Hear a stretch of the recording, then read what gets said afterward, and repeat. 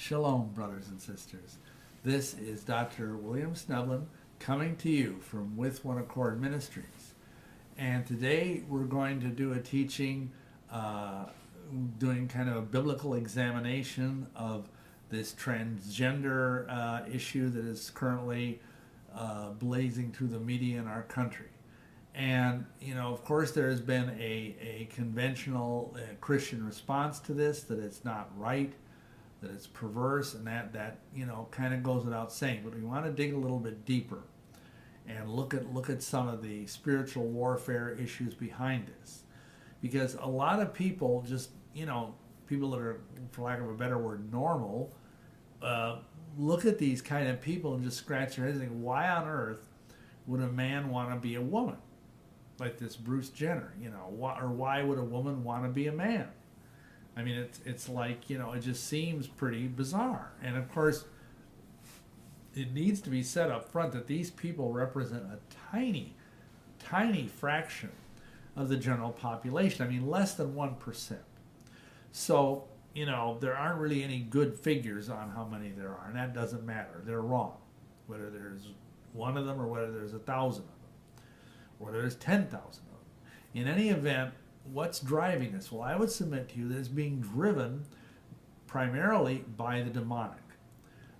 People who are in this situation have been drawn into it, first of all, by the culture, which is, of course, thoroughly being run by the demonic, the media, the entertainment industry, and so on.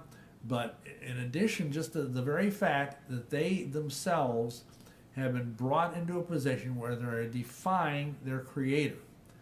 Whether they think of it or not, I mean, many of them don't maybe even believe there's a creator, but they say, you made me wrong.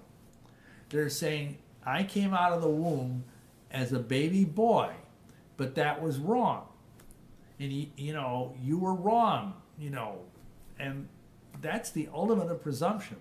You know, to speak to the creator of the universe, who are spinning galaxies and nebulae and everything around, and say, you screwed up, I should have been a girl. I mean, and yet that's what these people are doing, and it's the ultimate form of hubris. It's the ultimate form of rebellion. And of course, again, like I've quoted in earlier videos, rebellion, it says in 1 Samuel, is as a sin of witchcraft. And that's interesting because there's a heavy-duty occult component to this particular avocation, to this idea of a man becoming a woman or a woman becoming a man. And this goes all the way back to you know, really probably ancient Egypt or before that. And the whole idea of these gods and goddesses that are part of ancient Egypt being, having this, you know, androgynous gender fluidity kind of thing going on, you know, where, you know, just as one example, I mean, the fact that the men in Egypt, all, at least the rich, you know, nobility in Egypt, all the men wore makeup, just like the women did. They had eyeshadow, they had all the kind of stuff that women were wearing. And where did they get that idea? Well, it's interesting. It doesn't say this in the Bible, but in the book of Enoch, which is, of course, quoted by Jude, it says that these fallen angels, these watchers, taught women how to use makeup, among many other occult arts. And you might say, is makeup an occult art? Well, that's another talk for another day, which we're going to do, which will probably really curl your hair. But in the meantime, back to this. The point is that you've got a situation here where the culture is immersed in this, what nowadays they're calling gender fluidity, where men dress like women, women dress like men, and it's part of the mysticism of paganism. And you see this down through the years, down through the centuries, in various cultures around the world, where high priests and shamans and witch doctors, I mean, you know, whatever you want to call them, many of these people dress up as people of the opposite sex, whether it's a woman dressed as a man or whether it's a man dressed as a woman. Why is that? That's because all of these different religions have a god and a goddess. You know, all the way back to Nimrod and Semiramis, and you know, and the Anunnaki and all these different things in ancient, you know, even before the time of Egypt, gods and goddesses. It's the ancient prototype, the ancient lie. And so naturally they want to evoke in their hierophants, in their priesthood, if you want to call it that, the idea of both a god and a goddess. So you have this androgyny. And all the way down through the centuries, in the 19th century, some of you may have heard of the occult leader Eliphas Levi. And that wasn't his real name, by the way. He was not a Levite. His real name, he was a French Catholic priest named Alphonse Louis Constant. But he did a drawing of Baphomet, which is another name for the devil, Satan, whatever. And it's become very well known, and there's a graphic of it right now in the video, but you'll notice it's androgynous. It's a goat-headed being with the torso of a woman and the veiled genitalia of a man sitting cross-legged with his arms like this. And you know, you could spend a lot of time decoding that, but I'm not going to take the time. The point is that it is an occult deity of the most important order, and it's a hermaphrodite. And so they want to bring this through. Why is that? Because the fallen angels love this stuff, and they're running things. They're running Hollywood, they're running the government, they're running the media, and they want to promote this stuff for several reasons. One is because it opens the doors to the demonic. It's confusion, you know, and it is not of Yahweh.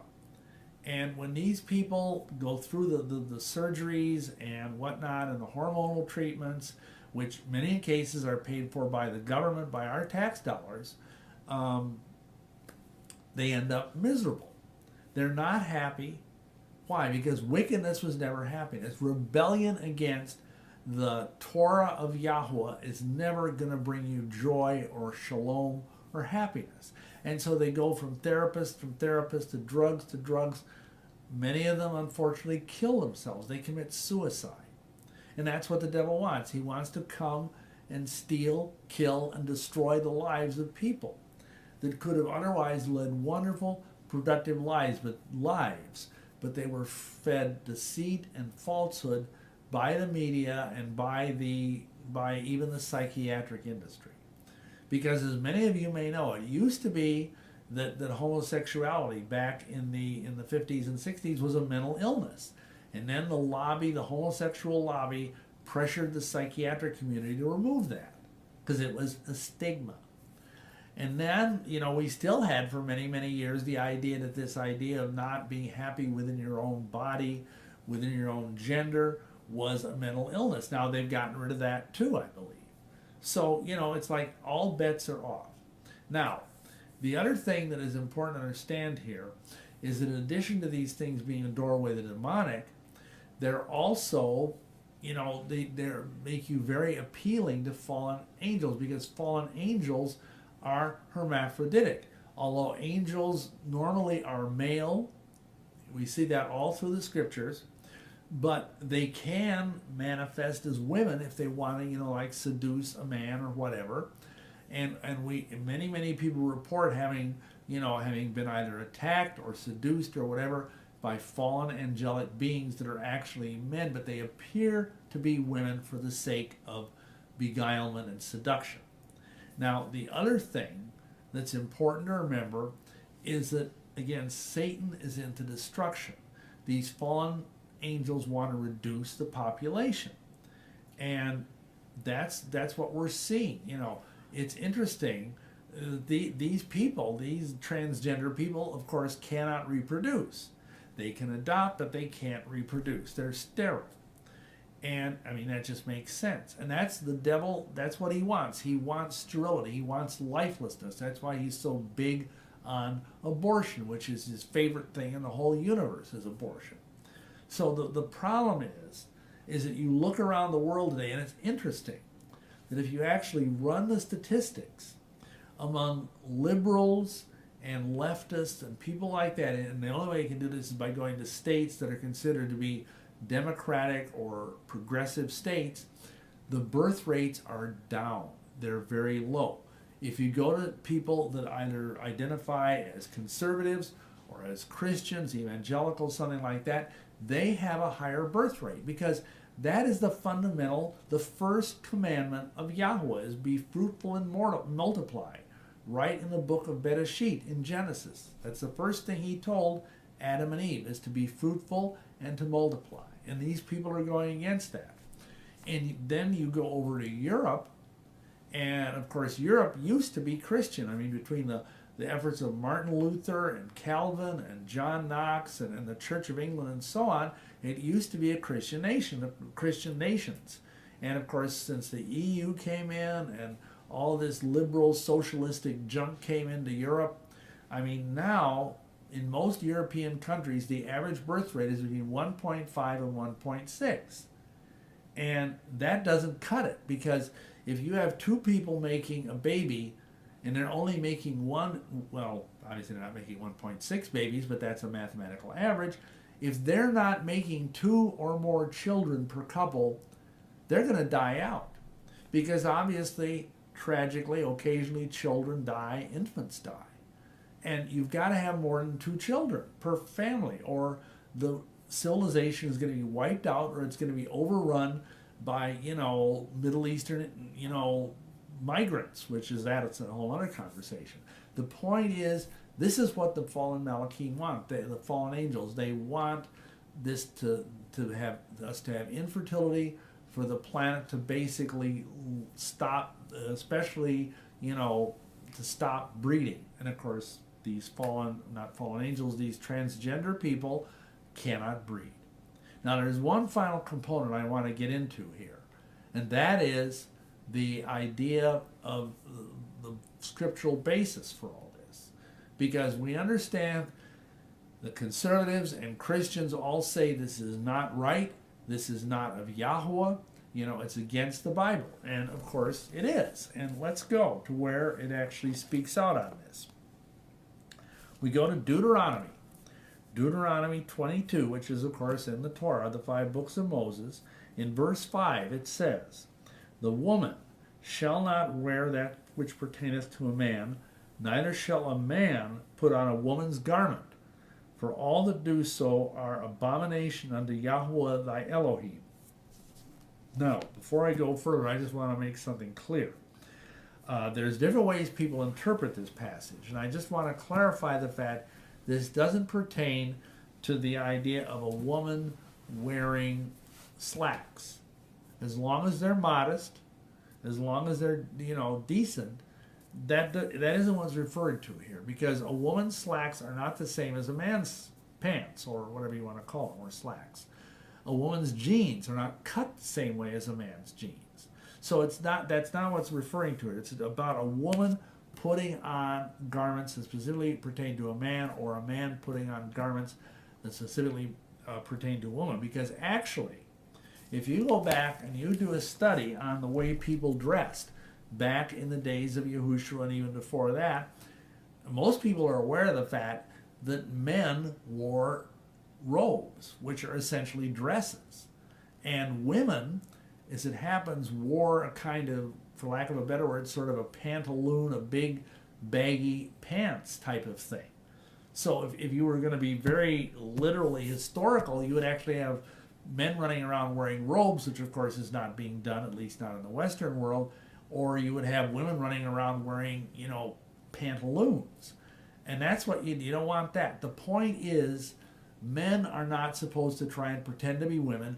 Women are not supposed to try to pretend to be men, because that is what the pagan cultures around Israel were doing. And we are to be set apart. We are to be different than the world. But now I want to make a final point here about this. I recently had a debate with a fellow on Facebook, and he was basically saying, we don't have to keep the Torah. We don't, and that's all done away with. And of course, that's a very common teaching among the conventional Christian church.